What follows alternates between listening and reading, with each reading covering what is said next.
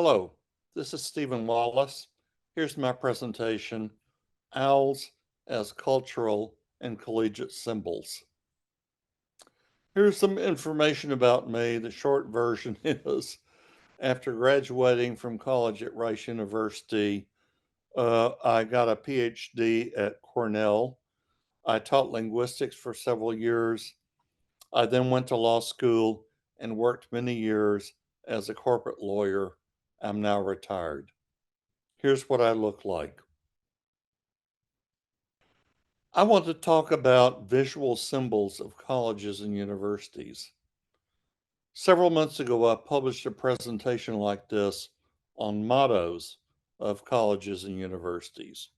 And when preparing that, I noted the seals, emblems, and logos of those institutions, which often include their mottos. Here, I want to explore some features of collegiate emblems, especially the use of the owl as a symbol, with particular focus on the academic seals of Bryn Mawr College and Rice University. Why those two? Well, my wife Christine is an alumna of Bryn Mawr, and I'm an alumnus of Rice. In addition to that, I have some broader comments. Here is something about Bryn Mawr College. Here are some images of their beautiful campus located in the eponymous town of Bryn Mawr, Pennsylvania, a suburb of Philadelphia. And in particular, I want to note the image of the building in the upper right. There are a number of buildings on the Bryn Mawr campus that are built in this style. It's called Collegiate Gothic, which was popular in those days. You can also see it at institutions like Michigan and Yale and Cornell. Bryn Mawr College was founded in 1885. It has a very interesting history. In those days, in the late 19th century, and extending well into the 20th century, the most prestigious universities in our country did not admit women as undergraduates. And I'm talking specifically about Harvard, Yale, Columbia, and Princeton. So this was a time of great prosperity, the Gilded Age in the late 19th century. There were a lot of people who made a lot of money in the worlds of railroads and finance and industry and whatnot. And there were some of these people who wanted their daughters to get the high level elite type of education that their sons could get. So what did they do? They spent a lot of money founding some colleges so that their daughters could get a high quality education. And Bryn Mawr was one of these. And notably, there are six others. They came to be known as the Seven Sisters. While the other six, in addition to Bryn Mawr, there's Wellesley outside of Boston, there's Smith and Mount Holyoke in western Massachusetts. There was Radcliffe associated with Harvard, Barnard associated with Columbia, and up the Hudson River from New York City, there was Vassar. So those back in the days were the Seven Sisters, where women could go and get an elite education. Well, today, five of them survive as colleges for women. Four of them are independent colleges. There's Bryn Mawr, Wellesley, Smith, and Mount Holyoke. Radcliffe got dissolved into Harvard. Barnard still exists, affiliated with Columbia. And several decades ago, Vassar started admitting men. Well, anyway, that's a fascinating history. Well, in 1904, the Board of Trustees of Bryn Mawr adopted the seal displayed to the right. There's a lot going on here, as there typically are in these types of emblems. Around the edge, You have the Latin abbreviation that means the seal of the College of Bryn Mawr. You have the college's motto in Latin, Veritatem Dilexi, which means I value the truth. And then in the middle there, which I want to focus on particularly, is a shield with three L's. A shield with three L's. We learned from Bryn Mawr's archives that this seal was designed by William Peckin of New York City, who was an expert in shields, symbols, and mottos. And it was a result of a discussion between Mr. Peckin and leaders of the college, and they discussed various alternatives. But in the end, they chose the owl for this as the symbol of Athena, the Greek goddess of learning. And they also focused on the owl because, as the records say, birds are, quote, exceedingly important in heraldry, unquote. Well, the leaders of Bryn Mawr were keen to make sure that this seal conformed to the traditional standards of heraldry. So they sent this to the authorities in London who specialize in this, and they blessed it. So, as I was indicating, in 1904, the trustees of Bryn Mawr adopted that as the college's seal. All right, as I said, Bryn Mawr is the alma mater of my wife, Christine. Rice is my alma mater. Here is a scene of the academic quadrangle at Rice. This architectural style is called Italian Renaissance. The founders, before 1912, they thought that this would be a suitable style for the buildings at Rice in Houston because, something like Collegiate Gothic was maybe not so suitable. So, anyway, this is what Rice looks like. Here we have the academic seal of Rice University. Rice opened its doors to students in 1912. The money came from a successful businessman in Houston named William Marsh Rice. And at the time, this is the seal that they adopted. You see around the edges, it says the academic seal of Rice University. Well, originally it was called the Rice Institute. This is the modern version of that. And Rice does not have a motto like a lot of colleges, but it has these words on a ribbon sort of around the inside of the seal, which specifies the original intent for the academic focal points of the institution, letters, science, and art. But there in the middle is a shield with three L's. A shield with three L's. We know from Rice's records that Rice's seal was designed by Pierre de Chaignon Larose.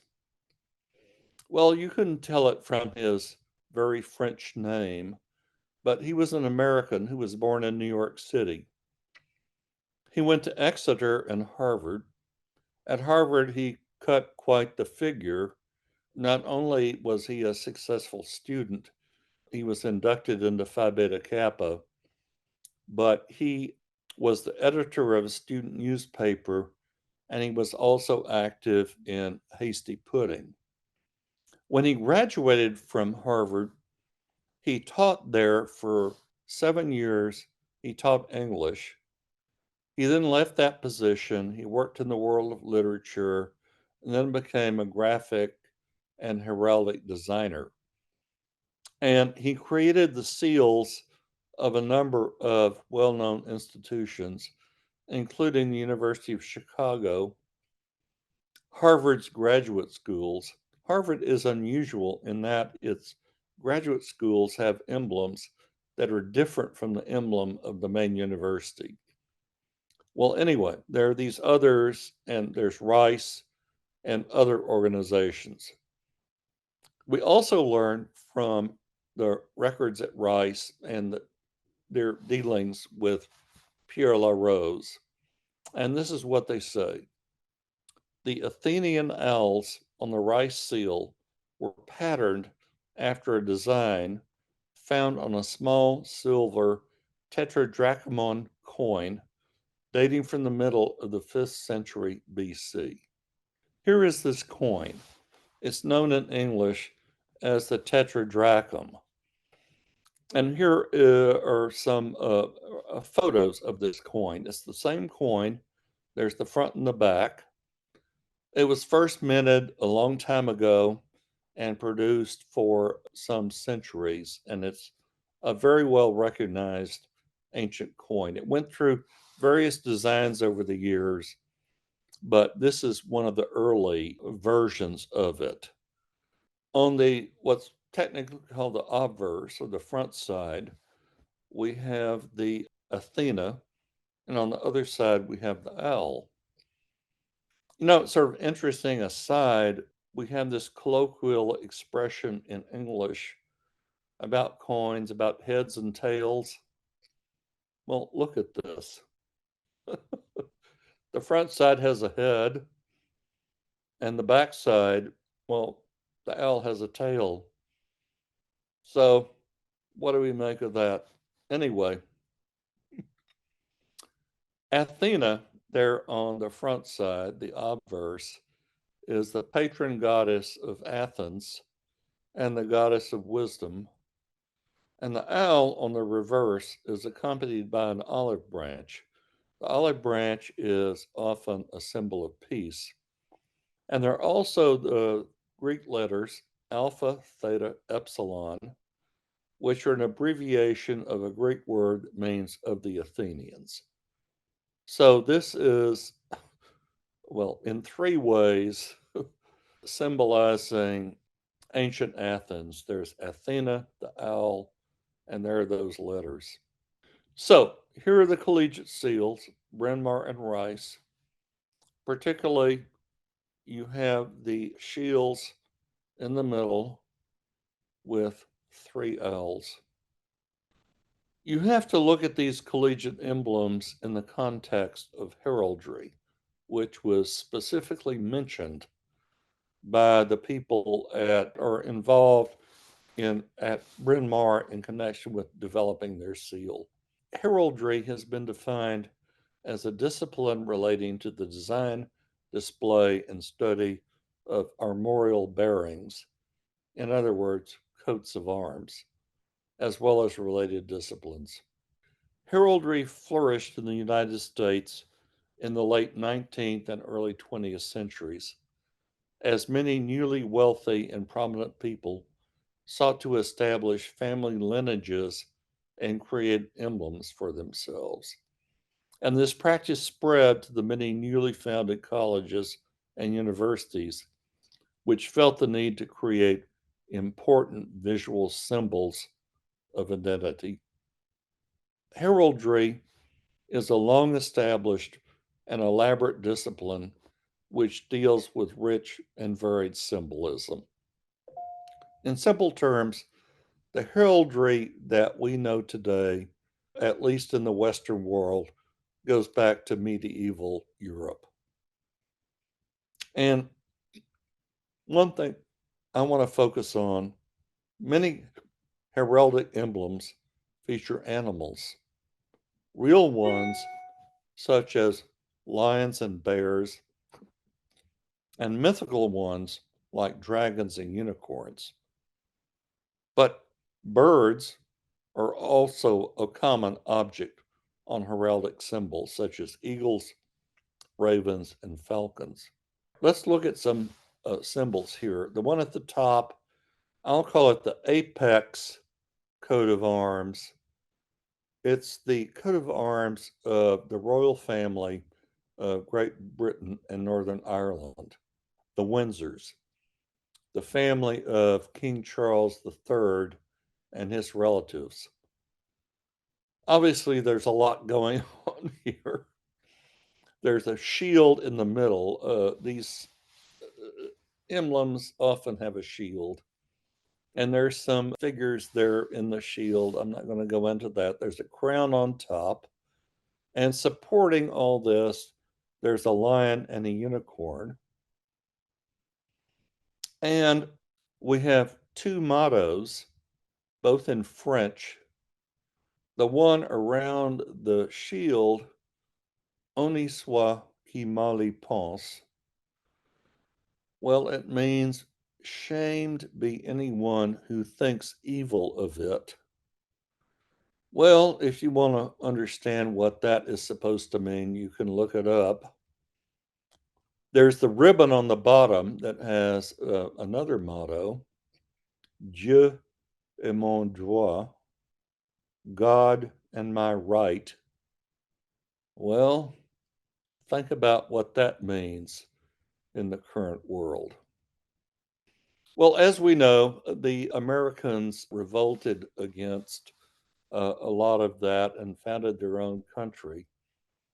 And there in the lower of this, one of the first things that the founders of this country did, starting in 1792, was to create an emblem to identify this new country.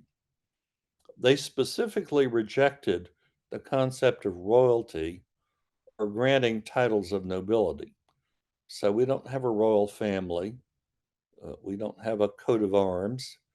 We don't have lords and ladies and so on and so forth. Oh, well, we only have gazillionaires like, Bill Gates and Jeff Bezos and Elon Musk. But, oh, well, moving along, our founders wanted to create a symbol, an emblem for our country. And so they created this, what's called the Great Seal. It has a long history. This is the modern version of it. And I want to point out some significant things about this. First of all, there's the eagle. All right. Why an eagle? Our founders were greatly influenced by ancient Rome, the Rome of 2000 or so years ago. And in ancient Rome, the eagle was a significant symbol, a symbol of majesty and grandeur and power and all. So that is doubtless the source of why we have the eagle on our great seal. Above the eagle is looks like a cloud, and in the cloud there are 13 stars. Well, of course, the 13 original states. And in front of the eagle is, well, I'm not sure what you call it. It's like a shield. There are 13 stripes. The eagle in its right claw is holding an olive branch, signifying peace. And in its left claw, it's holding 13 spears, or arrows rather, signifying the readiness to go to war if necessary. And then the eagle is holding, it looks like in its beak, a ribbon that has a legend on it, A pluribus unum. It's Latin, it means from many one, meaning one nation created from a number of states. Many people would think of this as the motto of the United States, and for a long time it was a sort of kind of unofficial or viewed as a motto, but it never was officially adopted as a motto. And then in 1956, Congress adopted as the official motto of the United States the phrase, "In God we trust."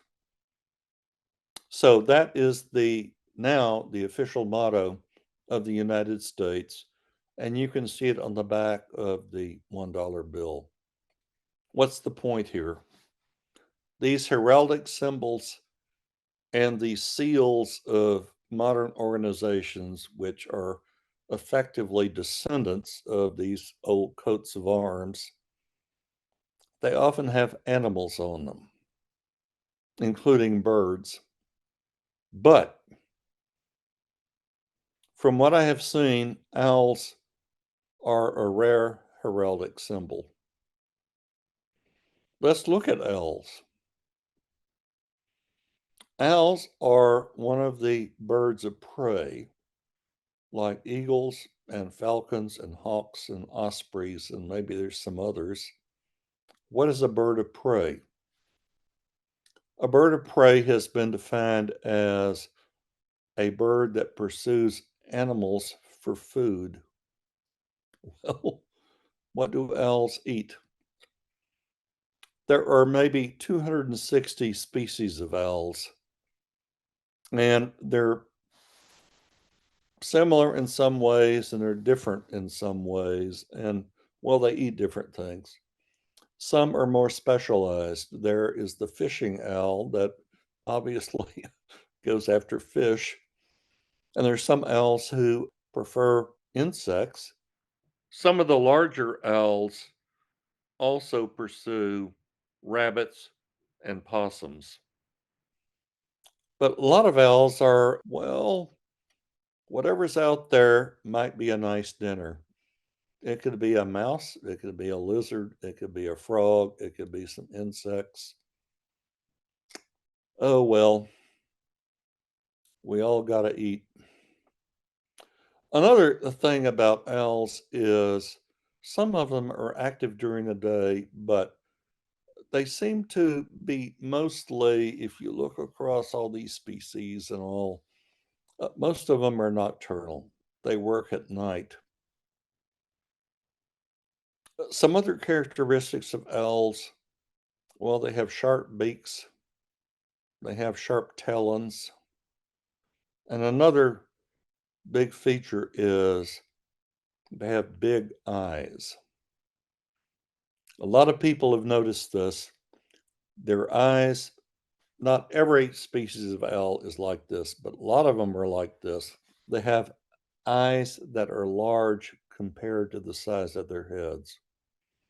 So here's a photo of what in English is called the little owl. And in fact, it's this species of owl, the little owl, technically known as Athene noctua, that was the model for that owl on that coin that I showed earlier. It's a very famous type of owl. So, what do we make of owls? Birds of prey. One writer has said that owls are wolves in the sky. I think a more direct description would be they're flying killers. Why is the owl associated with this goddess Athena and the subject of wisdom? Well, starting with Athena, here is a quotation from a scholar who has written about this. And this scholar says, Athena's sacred bird was the little owl. Okay, that's the one we showed, which dwelt in the crannies of the Acropolis. So ubiquitous and familiar was the little bird that it gave rise to the proverb, owls to Athens, which was equivalent to coals to Newcastle.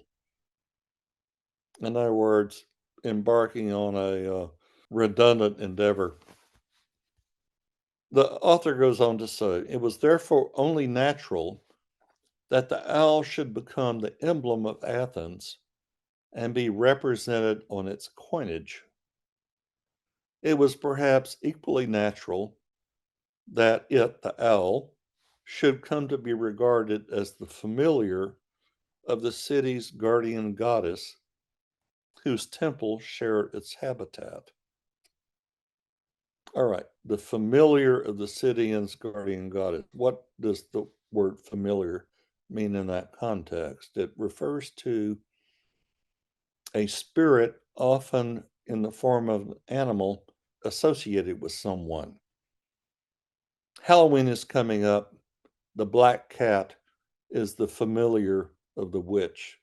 Here is the Acropolis and the temple, or what remains of the temple, which has been partially reconstructed, the temple of Athena Nike.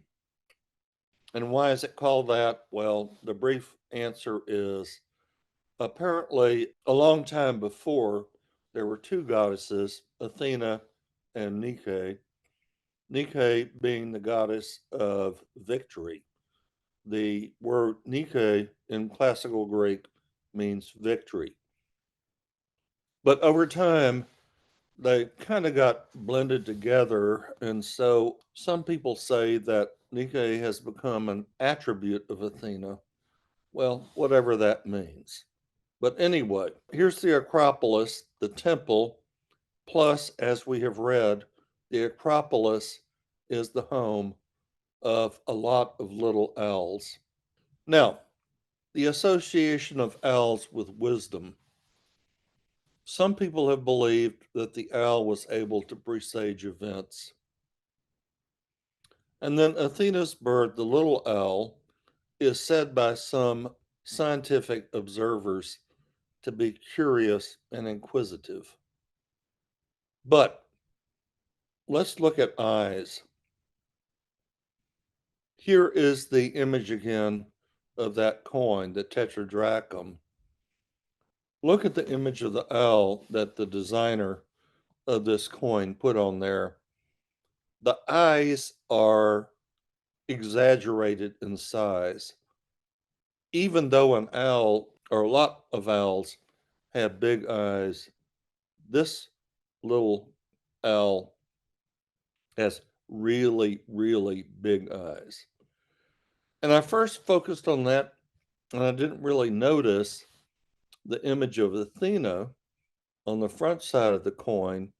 Look at her eye there, her right eye on this sort of side version of her image. That eye looks exaggerated in size. Well, what is the significance of this? It's really interesting. There's some people at the University of Michigan who have a working group called the Symbolism Project, and they have developed and published online what they call a dictionary of symbolism, where they offer explanations of the meanings of different symbols. And this is what they say about eyes. Eyes are probably the most important symbolic sensory organ. Eyes can represent clairvoyance, omniscience, and or a gateway into the soul. Other qualities that eyes are commonly associated with are intelligence, light, vigilance, moral conscience, and truth. So, maybe all of that goes to the association between owls and wisdom, at least in the world of ancient Athens. But other peoples have or have had different views of owls. We go to the ancient Romans. Well, this is a little complicated because the Romans had a goddess named Minerva, the goddess of wisdom and some other things, and she's often pictured with an owl. And the history of this is not certain, but it could well be that the Romans got this indirectly from the Greeks, sort of Athena and her owl somehow morphing into Minerva and her owl over the course of a long period of time. But it seems that the Romans in general had negative views of owls. They seem to view owls as ill omens, even harbingers of death. And we can read about this in prominent Roman writers like Pliny and Virgil and Ovid. Shakespeare has a number of references to owls, all with a negative connotation, even sinister. And I don't know whether he was reflecting the views of people in England at his time or whether he was taking this maybe from some of the Roman classical sources of various things that he wrote. And there are many people around the world who have negative views of owls. And why? Well, okay, there's the ancient Athenians with what seem to be positive views. Why do other people have negative views of owls? Well, one thing is the fact that many owls work at night. And think about the eons of human history before the prevalence of electric lighting. Nighttime was scary, spooky. It was the realm of evildoers. Jack the Ripper, the infamous criminal in Victorian London, he killed his victims at night, for example. Then there are the sounds that owls make. If you ask a lot of people, well, what do you know about owls? What kind of sounds do they make? Well, they might say, well, they hoot, hoot, hoot. Well, that's true, but owls have lots of other vocalizations. Some are described as a squawk, some are described as a shriek, some are described as a screech. Scientists have studied this, and well, it's an interesting subject you can look into as to why an owl has a different sound now and then, or on this occasion, or that occasion, or for this purpose, or some other purpose. But a lot of people have viewed a lot of these sounds that owls make, like the squawk and the shriek and the screech, as negative, as scary. So, what do you make of all this? The ancient Athenians, they valued the owl so much that they put an image of owl on their money. Think about that. In those days, well, money was tangible, and the symbols on money were often had a, what could you call it? A lot of times it was a political purpose, but it was very significant. You just didn't put any sort of old symbol on your money. This day and age, you go to an ATM, it spits out some $20 bills. You don't really focus on what's on those bills. Maybe if I were to ask, a sample of people, okay, on the $20 bill on the face, who is that person? Maybe some people could say, well, it's Andrew Jackson, who was the president of the US. Of course, that's a very controversial subject, or he is. But if you were to ask me what's on the back of a $20 bill, I couldn't tell you. I've never focused on that. Centuries ago, the symbols on money were important. So that was the Athenians, but you have all these views of other people that have negative views of owls. Now I'm going to talk about the number 3. We looked at these seals, these academic seals of Bryn Mawr and Rice, and they each have a shield with 3 owls. Why not 1? Why not 2? Why not 4? Why not 5? As I've said, these collegiate seals and other emblems, they're descendants of the heraldic tradition. And a lot of heraldic shields have 3 figures. The ancient Greek philosopher Pythagoras viewed 3 as the perfect number, representing harmony, wisdom, and understanding. In the Jewish scriptures, I've read that the number 3 is associated with harmony, new life, and completeness. We have the emphatic Hebrew triplet as an utterance of phrase. You didn't just say holy, you didn't say holy, holy, you said or you say, holy, holy, holy. There were three patriarchs, Abraham, Isaac, and Jacob. And Jeremiah repeats the word land three times.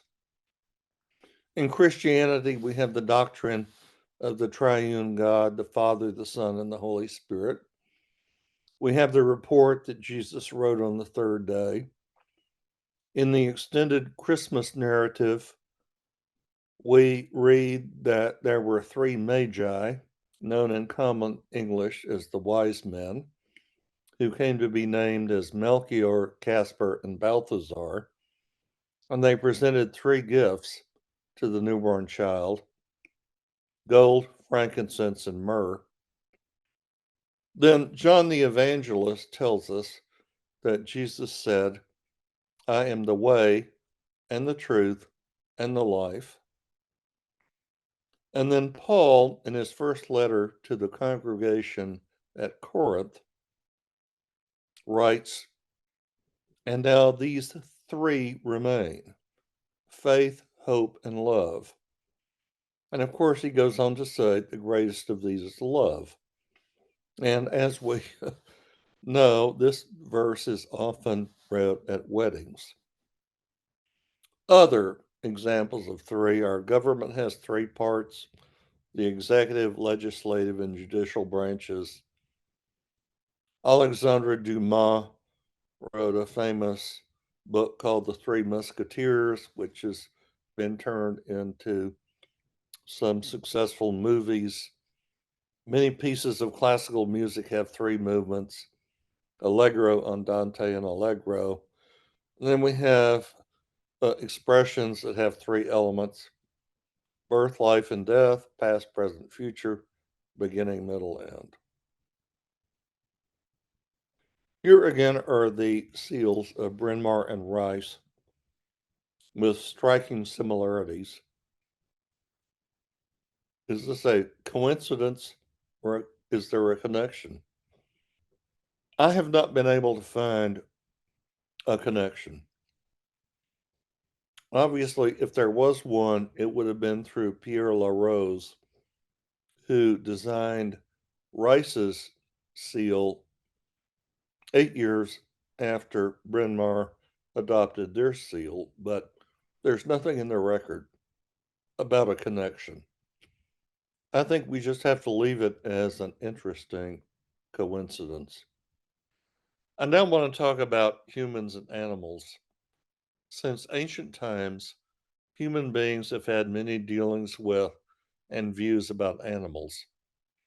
Here are three scenes of drawings that people made around 17,000 years ago in some caves in southwestern France called Lascaux. We don't know why these people made these drawings of animals on the walls of the caves. There's lots of speculation. It could have to do with hunting or something. But anyway, it's just a representation of how long ago all this goes back. And various animals have come to symbolize significant things in the human mind. And humans have had a desire to associate themselves with animals. And I'm going to skip over, our dealings with our pets, our cats, and our dogs, and the relationships that a lot of people have with horses and similar things. And I want to go on to another subject. I want to talk about the mascot. Here's a definition of a mascot.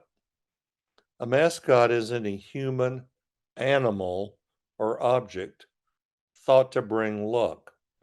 Well, why did they say that? They say that because the English word mascot comes from the French word mascotte, meaning lucky charm. A mascot could also be anything used to represent a group with a common public identity, such as a school, a sports team, okay? Society, military unit, or brand name. Mascots are also used as fictional representative spokespeople for consumer products. Here's some images of mascots. We have some athletic mascots and we have some corporate mascots. Moving into the world of sports and going back to Rice, my alma mater, there on the top, we have images of owls that have been used over some period of time to represent the athletic teams at Rice, the Rice Owls. I think the one sort of there in the middle, the fellow dressed up and wearing those shoes, and it looks like he has a sailor cap on his head. What do you think that goes back to? Maybe it goes back to the Second World War, with a sailor cap. The picture on the lower left, I haven't found a date. Just looking at the way these people are dressed and the way some of their hair is done, it could be the 1920s, but this is Rice, and there's somebody, doubtless a student, dressed up in an owl costume, and maybe they're getting ready for a football game or something like that. And then the picture there in the lower middle, that's sort of a more modern version of the student dressed up in an owl costume as the mascot of the athletic teams. Well, at some point, there's a long story. The Rice Owl mascot got the name Sammy. So to this day, the mascot is known as Sammy the Owl. Today, the athletic program at Rice has focused on primarily the symbol in the lower right. It's the stylized letter R superimposed on an outline of the state of Texas. And they have told me that this is their primary logo. They also use the image of the owl, but as a secondary logo.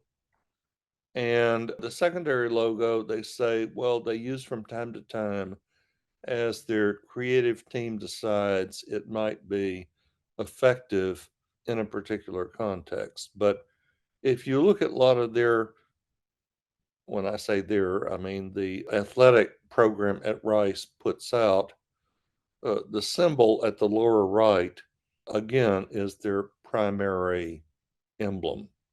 Meanwhile, at Bryn Mawr, there are some photos of athletes there. And in the lower right, there is doubtless a student dressed up in an owl costume.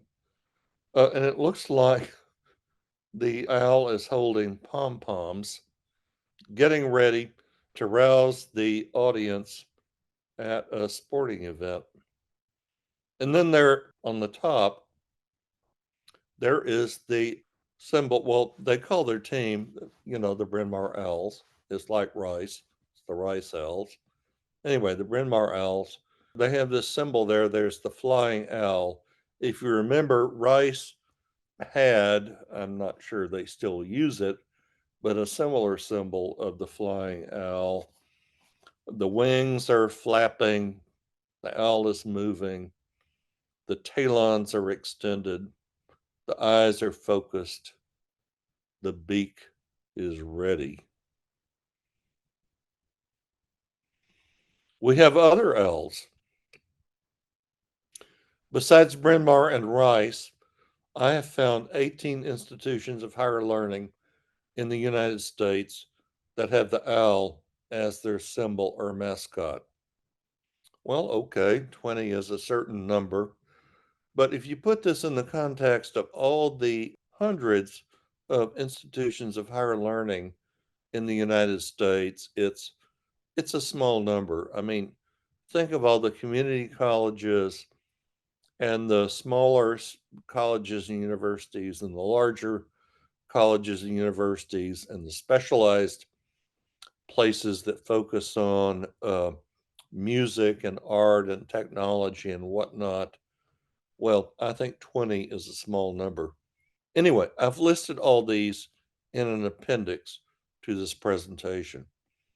But I want to talk about two of these. One is Temple University in Philadelphia.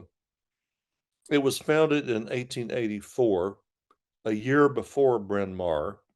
It was founded as a night school, a place for working people after hours to go and get an education. They adopted the owl as their mascot.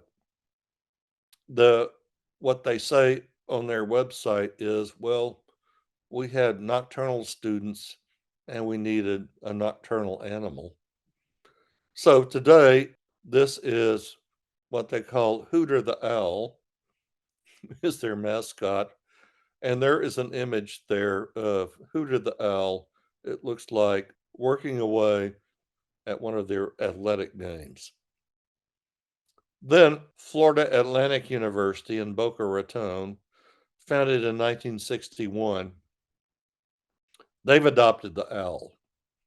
It started out, and there's a really interesting presentation about this, what they call the wise old owl, which was originally dressed in academic regalia, that is, a cap and a gown.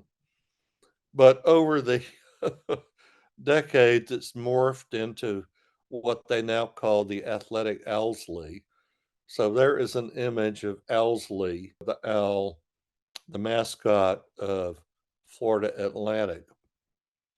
And one sort of interesting fact here is, as I noted here at the bottom of this slide, Rice, Temple, and Florida Atlantic, all of which have the owl as their mascot, have organized athletic games to play with one another, and they call these games the Battle of the Owls. Here we come to totems. The word totem comes from the Ojibwe language of the Native Americans of the upper U.S. Midwest, primarily Michigan. A definition of a totem: it's a spirit being, a sacred object, or a symbol that serves as an emblem of a group of people, such as a family, clan, lineage, or tribe. And a lot of totems were representations of animals. Here on the right is a picture of a totem of the Tlingit people of the Pacific Northwest. You see, there's some kind of bird there on top with all these drawings on it. I'm not sure what all this symbolizes, but it's clearly a bird. And it's sitting on top of a log. And this is typical of a lot of these. And that's why these configurations have come to be known as totem poles. But what is really sort of cute and poignant about this is there's a hole in the log and there's a baby bird sort of peeking out, a chick. So there's obviously a lot of symbolism here, but it's a it's a beautiful example of a totem of Native American peoples. Let's put together the definitions here of mascots and totems and heraldry. We've read a mascot is any human, animal, or object thought to bring luck or anything used to represent a group with a common public identity. A totem is a symbol that serves as an emblem of a group of people. And heraldry flourishes. We have institutions, companies, and private persons that use coats of arms as their pictorial identification. And as we have seen, a lot of mascots are animals, totems, a lot of them are animals, and a lot of coats of arms have animals. So there's some sort of deep similarity here. And in fact, one of the articles I read about totems said, well, it's like heraldry. Well, think about that. The other thing I want you to think about is A lot of the athletic teams of high schools and colleges and universities in this country, the United States, have an animal as a mascot. A lot of totems of Native Americans have animals as their symbol. Could there be a relationship there? Well, something to think about. Well, here we have, going back to the beginning, the academic seals of Bryn Mawr College and Rice University. That's where I started, and I'm not quite at the end, but almost at the end. But the next thing I want to do is conclude with a personal note. Here are two owls. There's Christine Gilmartin Wallace, an owl from Bryn Mawr, and Stephen Wallace, an owl from Rice. Here I have some selected references in case you want to pursue some of these topics further. Here's the appendix of the 20 institutions of higher learning in this country that I have identified that have owls as mascots or symbols. Here is my contact information if you want to get in touch with me about comments or questions or criticisms or supplemental information. And finally, I have a list of some recent works that I have published in a forum like this. Thank you so much for participating. Goodbye.